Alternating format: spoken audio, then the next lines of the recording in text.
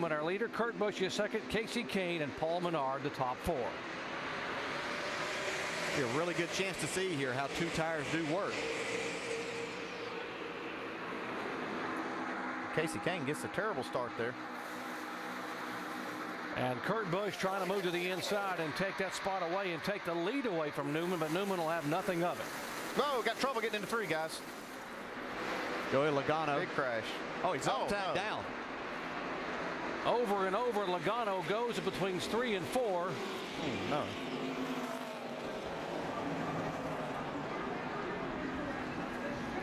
The car will come back to rest on all four tires. Heavy crash here on lap 32. See Robbie Gordon, Martin Truex, Reed Sorensen involved. Show you how this all unfolded here on the restart, going down the back straightaway.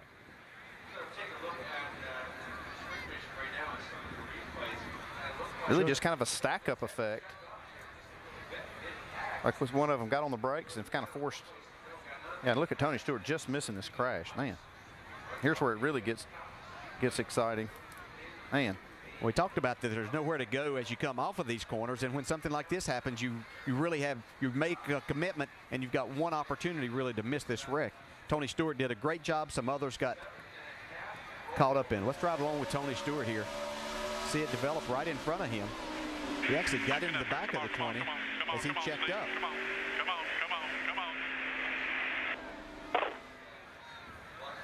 You know it's going to be bad right here when he comes up in front of traffic. Reed Sorensen makes the impact. Scott Speed got a piece of it also. The car's actually going backwards when it starts to lift up and go over and begin to tumble. Yeah, it's just being pushed, and it's kind of dug in a little bit, and it was continued to get pushed there. That's what got it up and rolling. And you hear you talk about how high the banks are here, and you see he just tumbling down that bank. There's so much height difference right there from the top of the bank down to the apron. 3 stories, the difference between the top and the bottom. 24-degree banks.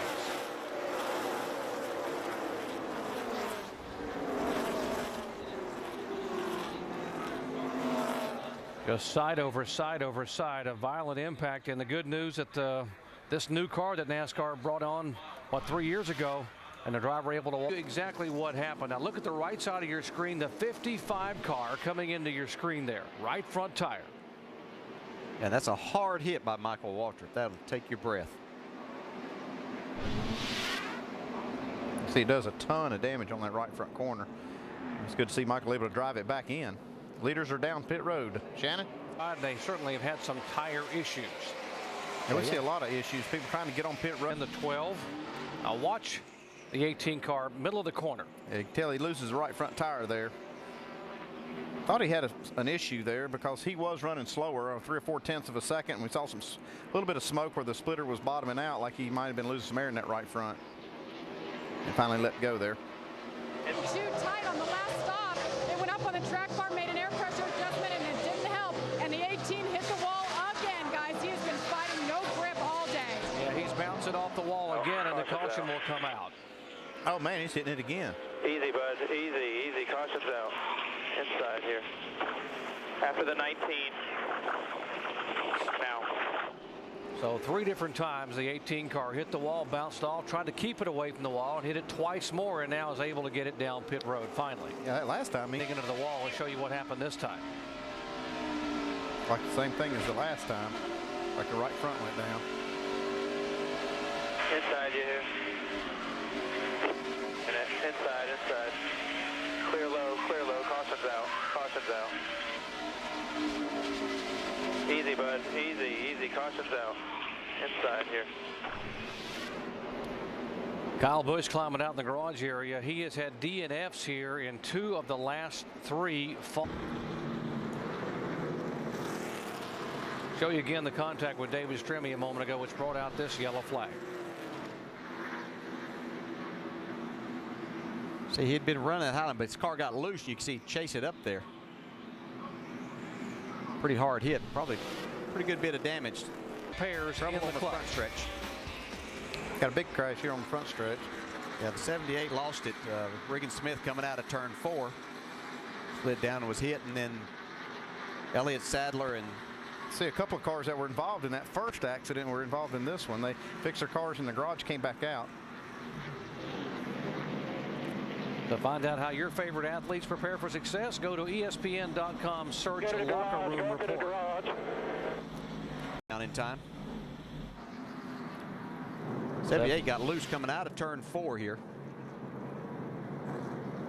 So he corrects it. He's going to get hit by David Stremme. As you can see, he's hit a few other things throughout the day with his car.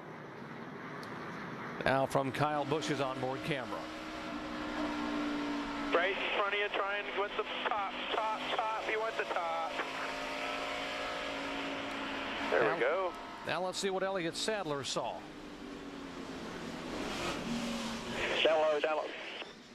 Yeah, he kind of got forced down there. The car came on the outside of him, and Elliott couldn't turn to the out, couldn't stay up top. It looked like John Andretti didn't see this happening in front of those cars, and he was full speed around.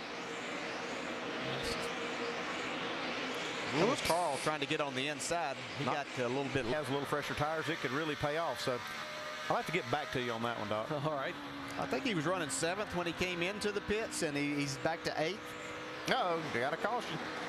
Sam Hornish in the wall. Just what you were talking about, Andy. Get it going, Sam. Leaders exit 2. You can get it spun around there. Exit 2.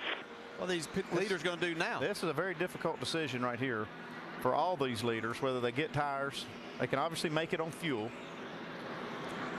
What would you do? Well, if I'm Jimmy Johnson, I believe I will stay out. He's got a replay here on the 77. Like he may have just spun this car by himself. He's trying to get a run on this 00 of Rudeman.